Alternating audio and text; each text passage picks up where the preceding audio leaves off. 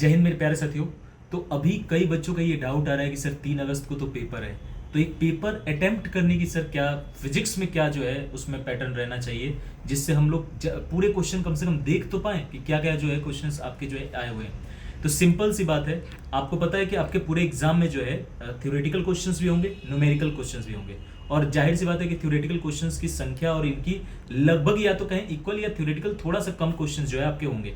सबसे पहला आपको काम यही करना है कि फिजिक्स के अंदर थ्योरेटिकल क्वेश्चंस को, और जो क्वेश्चन आपको इजी लग रहे हैं, जैसे कई न्यूमेरिकल आपको देख के ही पता लग जाएगा कि इसमें ये फॉर्मूला लगने वाला है और इस तरीके से ये सॉल्व हो जाएगा, केवल कैलकुलेशन पर ही आपको टाइम देना होगा। तो आपको सबसे पहले थ्योरेटिकल, फिर आपको जो क्वेश्चन देखते ही समझ में आ जाएगा हो जाएगा उसको अटेम्प्ट करना है। लास्ट में जो डिफिकल्ट क्वेश्चंस हैं उनको आपको अटेम्प्ट करना है, ताकि ज्यादा से ज्यादा क्वेश्चन जो है आप अटेम्प्ट कर पाओ। और याद रखना, एक्स्ट्रा अटेम्प्ट नहीं करना है, क्योंकि नेगेटिव मार्किंग भी है, तो एक्स्ट्रा कोई भी क्वेश्चन आपको अटेम्प्ट नहीं करना है। जय हिंद। नमस्कार साथियों, मैं डॉक्टर सुमित कड़वा आप लोगों के सामने हाजिर हूं आपके अपने इस YouTube चैनल उत्कर्ष एग्रीकल्चर क्लासेस पर। आज मैं एक छोटी सी चर्चा करने जा रहा हूं। 3 अगस्त को आरपीवीटी एग्ज़ाम होने जा रहा है।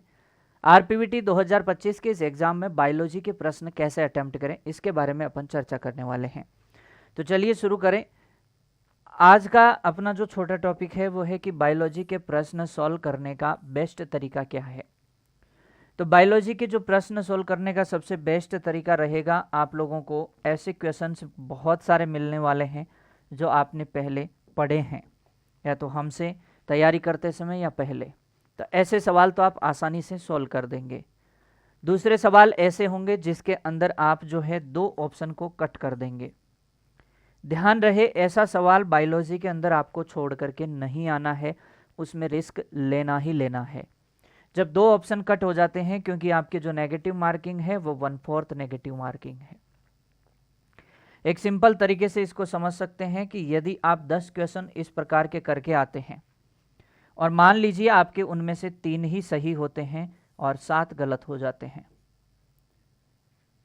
अगर 2 ऑप्शन कट जाते हैं, तो ऐसी स्थिति में आप देख सकते हैं कि नेगेटिव तो 7 गए, लेकिन पॉजिटिव में आपके कितने आए, 12 आए। ओवरऑल आप +5 पॉजिटिव में जाते हैं। ठीक है, यह आपको ध्यान में रखना है। तो इस तरीके से आपको ऐसा जो सवाल आए उसको जरूर अटेम्प्ट करने जाना है। दूसरी बात, यदि ऐसा सवाल हो तो उसमें कोशिश भी ये करनी है कि ज़्यादा से ज़्यादा ऑप्शन जो है कैंसिल करते हुए आपको आंसर की तरफ जाना है। मान लीजिए कोई सवाल है, उसके आपको नहीं पता है, एक ऐसा ही सवाल पूछ लिया गया जिसके बारे में आपको, जैसे मैं कह देता हूं कि कौन सा मालवेसी कुल का नहीं है, या फिर कोई ऐसे सवाल पूछ लिया कि गुड़हल कौन से फैमिली से संबंधित है, और आपको यहाँ से, अब यहाँ कोई सोलेनेसी दे रखा है, कोई कुछ और दे रखा है, कोई दे रखा है, आपको पता है कि इन 4 में कौन कौन से आते हैं, गुड़हल इनमें नहीं आता है। तो इस प्रकार का जो प्रश्न होगा जिसमें आप 3 ऑप्शन कैंसिल कर देंगे, 3 ऑप्शन कैंसिल कर देंगे, चौथा आपका आंसर बच जाएगा। या फिर कोई बार क्वेश्चन है याद नहीं आ रहा है, तो आप उसका थोड़ा सा प्रयास करना कि उसको आपको जब सॉल्व कराया गया या बताया गया तो उस समय किस तरीके से आपको समझाया गया था, या एनसीईआरटी की लाइन उसके आजू बाजू की याद करने की कोशिश करना, तो आप आंसर तक ज़रूर पहुंच जाएंगे। इस तरीके की ये जो छोटी छोटी बातें हैं, इन बातों को आप ध्यान में रख करके आप सही आंसर तक ज़रूर पहुँचेंगे। इस एग्ज़ाम के लिए आप सभी को बेस्ट ऑफ लक। आपने अच्छी मेहनत की है तो घबराने की कोई आवश्यकता नहीं है, बिल्कुल बिंदास होकर के आपको पेपर करके आना है। सिली मिस्टेक से बचना है, जल्दबाजी नहीं दिखानी है, बिल्कुल कूल और शांत आराम से रहते हुए आपको पेपर सॉल्व करना है। Thank you so much. जय हिंद, जय भारत। हेलो डियर स्टूडेंट्स, हम बात करेंगे कि आपको एग्जाम के अंदर केमिस्ट्री के एमसीक्यू को कैसे सॉल्व करना होगा। तो जैसा कि साथियों, अपनी केमिस्ट्री 3 पार्ट में डिवाइड है, फिजिकल केमिस्ट्री, ऑर्गेनिक केमिस्ट्री और इनऑर्गेनिक केमिस्ट्री। तो तीनों का क्वेश्चन को अप्रोच करने का तरीका अलग अलग रहता है। मैं बात करूं आपको फिजिकल केमिस्ट्री की, तो फिजिकल केमिस्ट्री के अंदर आपको सिंपल बेसिक एमसीक्यू आएंगे, जिसके अंदर आपको क्या होगा, एक वेरिएबल होगा जो फाइंड आउट करना होगा और कुछ डाटा आपको गिवन होगा। तो आपको देखना यह है कि आपको क्या डाटा गिवन है और कौन सा फॉर्मूला यूज होगा। तो आपको बेसिक फॉर्मूला यूज करना है और जो डाटा मिसिंग है उसको आपको कैलकुलेट करना होगा। बेसिक सिंपल आपको अप्रोच रखनी है। मैं बात करूं इनऑर्गेनिक केमिस्ट्री की, तो इनऑर्गेनिक केमिस्ट्री के अंदर आपको ये देखना है कि आपको जो बेसिक ट्रेंड कौन से हैं इसके, आपको अलोंग द पीरियड दे रखा है या अलोंग द ग्रुप दे रखा है, उसका बेसिक ट्रेंड लिखिए। और बेसिक ट्रेंड लिखने के बाद आपको एक सेकंड के लिए ये सोचना है कि इसके अंदर कोई अपवाद तो नहीं था, कोई एक्सेप्शन तो नहीं था, ऐसा था तो उसको आपको इसके अकॉर्डिंग आपको आंसर देना है।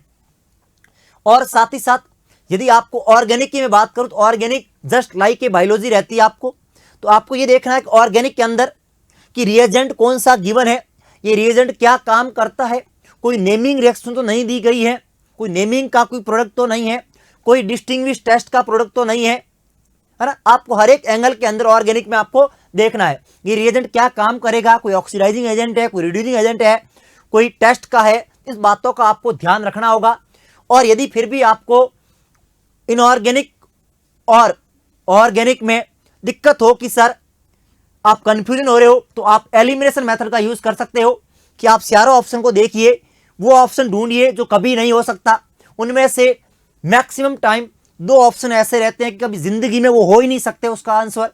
अब आपके पास 2 ऑप्शन है तो उनमें आप एलिमिनेशन मेथड लगाइए और ट्राई कीजिए कि वो इनमें से कौन सा हो सकता है। तो कंफ्यूजिंग वाले क्वेश्चन को और जिसमें आप डाउट हो वो सेकंड राउंड में आपको सॉल्व करना है।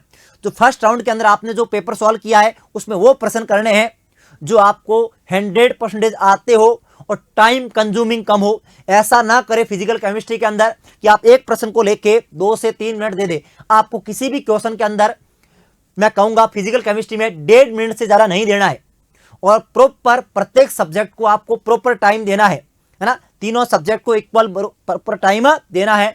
और मैक्सिमम बच्चों का ये होता है कि सर पहले बायोलॉजी को सॉल्व करता है और सेकंड पे रखता है केमिस्ट्री को। तो टाइम का आपको मध्य ध्यान रखते हुए पेपर को सॉल्व करना है। तो थैंक यू सो मच प्यारे विद्यार्थियों। जय हिंद, जय भारत।